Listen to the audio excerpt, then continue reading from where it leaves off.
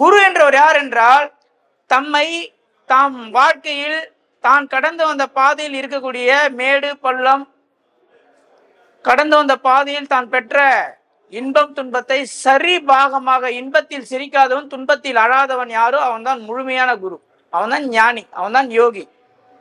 அப்படியாப்பட்ட குருக்களோடைய ஆசீர்வாதம் பெற்று நாம் குருவாக வணங்கக்கூடிய வாக்கியோகி பொதிவுடை மூர்த்தி சாருடைய முயற்சியாலும் இறைவனுடைய அனுகிரகத்தாலும் இன்று அட்சய லக்ன பத்ததியின் நட்சத்திர போனம் என்று பெயர் சூட்டப்பட்ட இந்த ஹெட் ஆபீஸ் சிறப்பு விழா மிக சிறப்பாக நடைபெற்றது.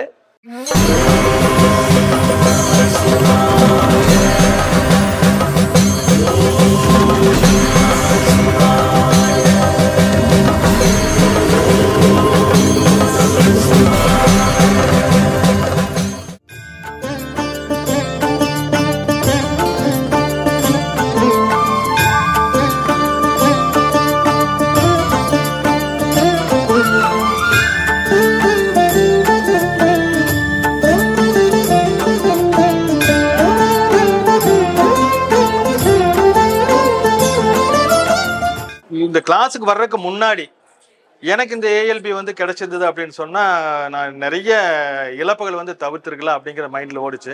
சரி, நம்ம இந்த கிளாஸ் அட்டன் பண்ணுவோம், நம்ம இது ஒரு வாழ்க்கை கல்வியாக இருக்குது, நமக்கு நம்ம வந்து நம்மளுடைய ஃப்யூச்சர் எப்படின்னு தெரிஞ்சுட்டு நம்ம போகிறதுக்கு வந்து எனக்கு ரொம்ப பயனுள்ளதாக இருக்குன்னு நினச்சிக்கிட்டு நான் இந்த ஏஎல்பி கிளாஸ்க்குள்ள வந்தேன்.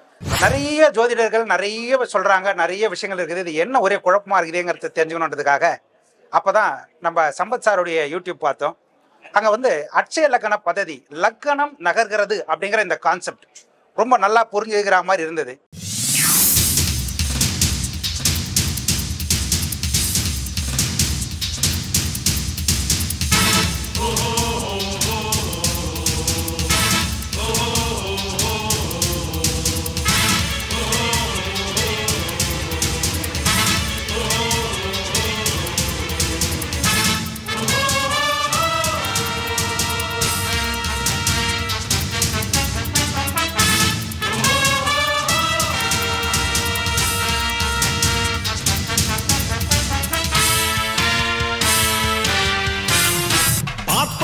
பாமரன் போல் இருப்பான், ஏழை வந்தால் விஸ்வரூபம் எடுப்பான், கெட்டவங்க முகம் மூடி கிழிப்பான், நல்லவங்க சொல்லும் சொல்லை மதிப்பான்.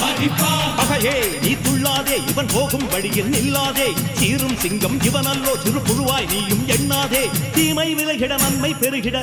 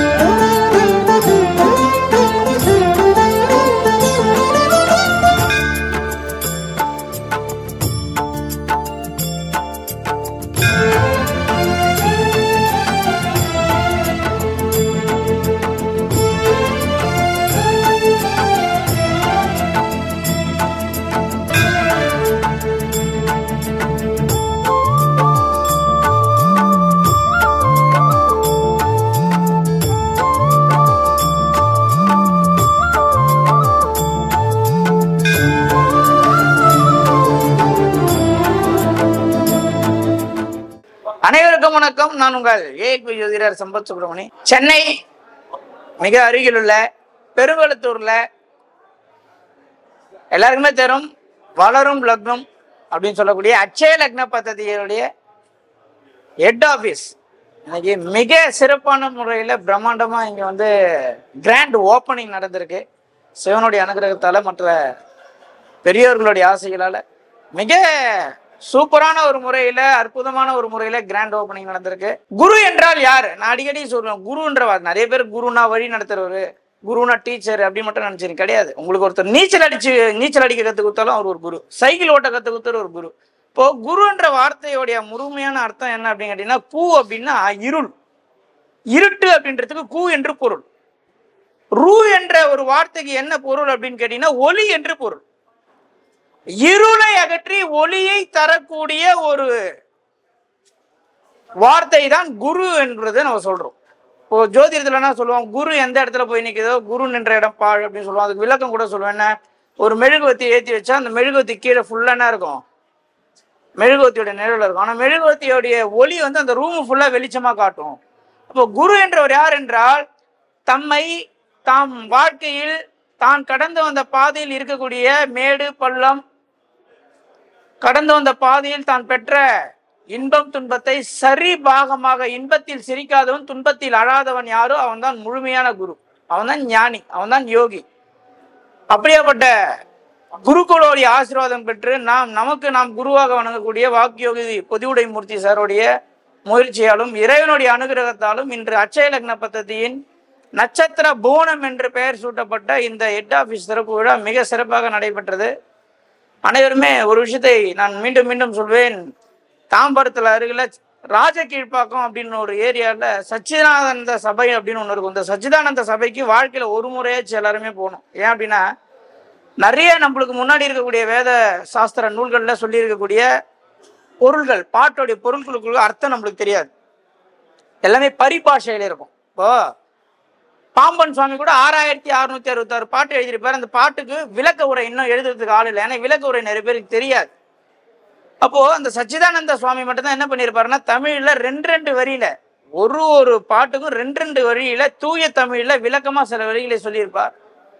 அதில் ஒரு இடத்துல வந்து சச்சிதானந்த சபையே சன்மார்க்கம் தனி அறிய நோக்கமே உண்டாக்கும் சொல்லி ஆரம்பிச்ச ஒரு பாட்டுல சொல்லுவார், சடநிலை என திரிந்தீர் சம்சாரம் தனகனம் என உழன்றீர் சுழன்றீர், கடவுளை மறந்தோம் காமியம் நிறைந்தோம் கருமமே பெரிதானும் இறுதியில் புண்ணானும் சொல்லியிருப்பாரு. இந்த பாட்டுடைய அர்த்தம் என்னன்னா, ஒருத்தன் பொது வாழ்க்கையில பொது ஜனத்துல மக்களுக்காக செய்யக்கூடிய ஒரு வேலையை எடுத்து செய்வது சாத்தியம் அல்ல. மற்ற துறைகளுக்கும் ஜோதிடத்துக்கும் நிறைய வித்தியாசங்கள் உண்டு. இது பிரச்சனை, மற்றவங்க பிரச்சனையில போய் கை வைக்கக்கூடிய ஒரு தொழில். இதிலிருந்து கரை கண்டு மீண்டு வருவது என்பது அனைவராலும் சாத்தியம் கிடையாது. அது இறைவனுடைய அனுகிரகம் பெற்ற சிலராலே சாத்தியம். தனக்கென்று வாழ்ந்து தனக்கு குடும்பம், தான் பிள்ளைகள், தான் குட்டி என்று வாழ்பவர்கள் ஒரு சாரமாக இருந்தாலும் பொதுமக்களுக்காக வாழக்கூடிய ஒரு சாரம் யாருன்னு கேட்டீங்கன்னா, அதுதான் அந்த ஜோதிட சாஸ்திர நூல்களை படித்தவர்களுடைய வாழ்க்கை எல்லாமே பொது வாழ்க்கையும் சொல்லி இறைவன் குறிப்பிட்டிருக்காரு. ஸோ அனைவருக்குமே குருவோடைய அனுகிரகம் கிடைக்க வேண்டும், இறைவனுடைய அனுகிரகம் கிடைக்க வேண்டும். இந்த ஏஎல்பி நட்சத்திர போனம் அனைவருமே ஒரு முறை வந்து நீங்கள் நிச்சயமா இங்க வந்து குருவோடைய ஆசீர்வாதம் பெற்று உள்ள பார்த்தீங்கன்னா நடராஜர் என்ட்ரன்ஸ்ல இருப்பாரு, அவருடைய ஆசீர்வாதம் பெற்று செல்ல வேண்டும். இந்த ஏஎல்பி வந்து பார்த்தீங்க அப்படின்ட்டா, நான் கடந்த ஒரு பேசிக் கிளாஸ் முடிச்சுட்டு இப்போ அட்வான்ஸ் கிளாஸ் போயிட்டு இருக்கிறேன். நம்ம ராஜேஷ் சாரோடைய இந்த யூடியூப் சேனல் பார்த்தேன், இந்த இதுக்குள்ள ஏஎல்பிக்குள்ளே வந்தேன். ஏஎல்பி வர்றதுக்கு ஒரு காரணம் என்ன அப்படின்னு கேட்டிங்கன்னா, 2019 இருந்து பார்த்தீங்கன்னா ஒரு பிஸ்னஸில் வந்து ஏகப்பட்ட லாஸ் ஆயிருந்தனால அதில் ஒரு பெரிய ஒரு விரக்தியில் இருந்தேன். அப்போ வந்து இந்த ஏஎல்பியோடைய இது வந்து ராஜேஷ் சாருடைய யூடியூப் சேனல் பார்க்கும் பொழுது அவருடைய இது பார்த்தேன். நான் அப்புறம் வந்து சம்பத் சுப்பிரமணி சாருடைய இது யூடியூப் சேனல்லாம் பார்த்தேன் நான். அப்போது எனக்குள்ளே வந்த ஒரு இது என்ன அப்படின்னு கேட்டிங்கன்னா, இந்த ஏஎல்பி இந்த கிளாஸுக்கு வர்றதுக்கு முன்னாடி எனக்கு இந்த ஏஎல்பி வந்து கிடைச்சிருந்தது அப்படின்னு சொன்னால் நான் நிறைய இழப்புகள் வந்து தவிர்த்துருக்கலாம் அப்படிங்கிற மைண்டில் ஓடிச்சு. சரி, நம்ம இந்த கிளாஸ் அட்டன் பண்ணுவோம், நம்ம இது ஒரு வாழ்க்கை கல்வியாக இருக்குது நமக்கு, நம்ம வந்து நம்மளுடைய ஃப்யூச்சர் எப்படின்னு தெரிஞ்சுட்டு நம்ம போகிறதுக்கு வந்து எனக்கு ரொம்ப பயனுள்ளதாக இருக்குன்னு நினச்சிக்கிட்டு இந்த ஏஎல்பி கிளாஸ்க்குள்ள வந்தேன். ரொம்ப சிறப்பாக போயிட்டுருக்கு. அது இல்லாமல் அட்வான்ஸ் கிளாஸ் நான் போயிட்டுருக்கிறேன். இந்த ஏஎல்பி வந்து பார்த்தீங்கன்னா பொதுவுடை சாருக்கு வந்து மற்ற ஆசிரியர்களுக்கு எல்லாத்துக்குமே வந்து நம்ம மனமார்ந்த நன்றி தெரிவிச்சுக்கிறேன். நான் மீண்டும் மீண்டும் ஒரு விஷயத்தை தெளிவாக சொல்லிக்கொள்ள விரும்புகிறேன். அனைவருக்குமே நீங்க திருக்குறள்ல கடவுள் வாழ்த்துன்னு வரும். அதில் எடுத்தீங்கன்னா லாஸ்ட் ஒரு திருக்குறள் 10வது திருக்குறள்ல பார்த்தீங்கன்னா அந்த இறைவனை போய் சேர்ந்துடணும் அப்படின்னு சொல்லி ஒரு குறள் எழுதுனதா எல்லாரும் நினைச்சிட்டு இருக்கீங்க.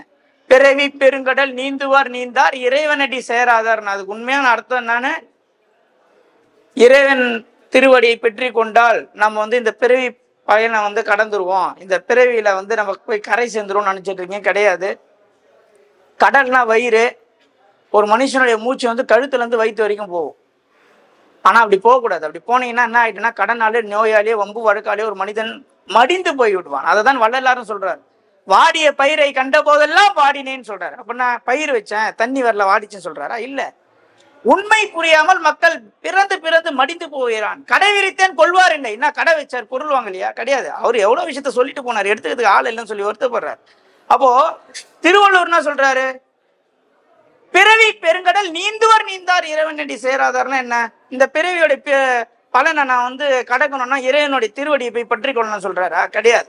ஒரு மனிதனுக்கு கடல் என்பது வயிறாக குறிப்பிடுகிறோம், நீந்துவது என்பது மூச்சாக எடுத்துக்கிறோம். அப்போ கழுத்துல இருந்து வயிற்று வரைக்கும் மூச்சு போறவன் ஒரு மனிதன் பிரச்சனையை மட்டுமே சந்திப்பான். அப்போ மூச்சு எங்க போனோம்? சூட்சமமா வந்து சிவானந்த பரமஹம்சர் சொல்லியிருக்காரு மோட்ச சூஸ்திரம் என்ற ஒரு நூல்ல. அப்போ மூச்சு கழுத்துல இருந்து தலைக்கு போகணும். இதுதான் வாசி யோகத்தோடைய இன்டெப்தான ரகசியம். அதனால் மீண்டும் மீண்டும் நான் சொல்லிக்கொள்ள விரும்புகிறேன், 8 16 பெற்று பெருவாழ்க வாழ்க அப்படின்னா 16 பெற்ற பெருவாழ்வுனா மரணம் இல்லாத வாழ்வு, அதுதானே பெருவாழ்வு. அப்ப பெருவாழ்வுனா செல்வம் இருந்தாலும் ஆரோக்கியம் இருந்தாலும் ஒரு மனிதனுக்கு மரணம் நிகழாதா? கிடையாது. ஒரு மனிதன் 8 அங்கலம் மூச்சை வெளில எடுத்தா 8 அங்கலம் வெளியே விடணும். அப்ப 8 8 16 அங்கலம் அவன் மூச்சு உள்ள போய் வெளியே வந்ததுன்னா அவனுக்கு அவனுடைய மூச்சு ஒரு சுவாசத்துக்கு மேல என்ன ஆகும்னா ஆக்னியை ஓப்பன் ஆகி மேல என்ன ஆயிடும், கபாலம் ஓப்பன் ஆயிடும். அப்போ எல்லாருமே மோட்சம் ஞானம் அதை தேடி போவர்கள் அனைவருமே ஒரு முறை நிச்சயமாக நட்சத்திர புவனம் வந்து குருவுடைய ஆசி பெற்று ராஜகீழ்ப்பாக்கம் சச்சிதானந்த சபையை நாடி அவர் சச்சிதானந்த சுவாமி சொல்லியிருக்க நிறைய விளக்க உரைகள், அத்வைத போத கீதம் அதெல்லாம் வாங்கி படிங்க. இந்த உணர்வதும் உணர்த்துவம் தான் வாழ்க்கை அப்படிங்கிற அடிப்படை தத்துவத்தை சார் வந்து புகுத்தி இருக்கிறாரு. இது எப்படி இந்த ஏஎல்பி கோர்ஸ்குள்ள வந்தேன்னா, நிறைய ஜோதிடர்கள் நிறைய சொல்றாங்க, நிறைய விஷயங்கள் இருக்குது, இது என்ன ஒரே குழப்பமா இருக்குதுங்கிறத தெரிஞ்சுக்கணுன்றதுக்காக அப்போதான் நம்ம சம்பத் சாருடைய யூடியூப் பார்த்தோம். அங்கே வந்து அட்சய லக்கண பததி, லக்கணம் நகர்கிறது அப்படிங்கிற இந்த கான்செப்ட் ரொம்ப நல்லா புரிஞ்சுக்கிற மாதிரி இருந்தது. அதன் அடிப்படையில் உடனே நான் சேர்ந்தேன். சார்கிட்ட நேரடியாக எங்கள் குருநாதர் டாக்டர் புதுவுடைமூர்த்தி ஐயா அவர்களை சந்தித்து அவருடைய ஒப்புதல் பெற்று இந்த அடிப்படை வகுப்பில் சேர்ந்து அடிப்படை வகுப்பை முடித்துவிட்டு அட்வான்ஸ் கோர்ஸும் முடிச்சுட்டு இப்போ இன்றைக்கு நான் ஏஎல்பி ஜோதிடராக இருக்கிறேன். என்னன்னு கேட்டிங்கன்னா, பலன்கள் அவ்வளோ அக்யூரஸாக வருது. சுமார் ஒரு 10 நாட்களிலேயே நம்ம பலன் சொல்லிடலாம். கட்டங்கள், அதில் இருக்கிற பிரச்சனைகள், அதில் இருக்கிற தீர்வுகள் அத்தனையும் எளிய முறையில் அற்புதமாக சொல்லிக் கொடுக்குறாங்க. எங்கள் குருநாதர்கள் அனைவருக்கும் நான் நன்றி கலந்த வணக்கத்தை தெரிந்து கொள்கிறேன். இறைவனுடைய அனுகிரகம் அனைவருக்குமே சென்றடையிட்டோம். இந்த அருமையான தருணத்திலே உங்கள் எல்லாருக்கும் இந்த நட்சத்திர பவனத்திற்கு வருக வருக என்று வரவேற்று அனைவரும் குரு அருள் இறை அருள் கிடைக்கப்பெற்று வாழ்வில் மென்மேலும் வெற்றி அடைய வேண்டும் என்று வாழ்த்துகிறேன்.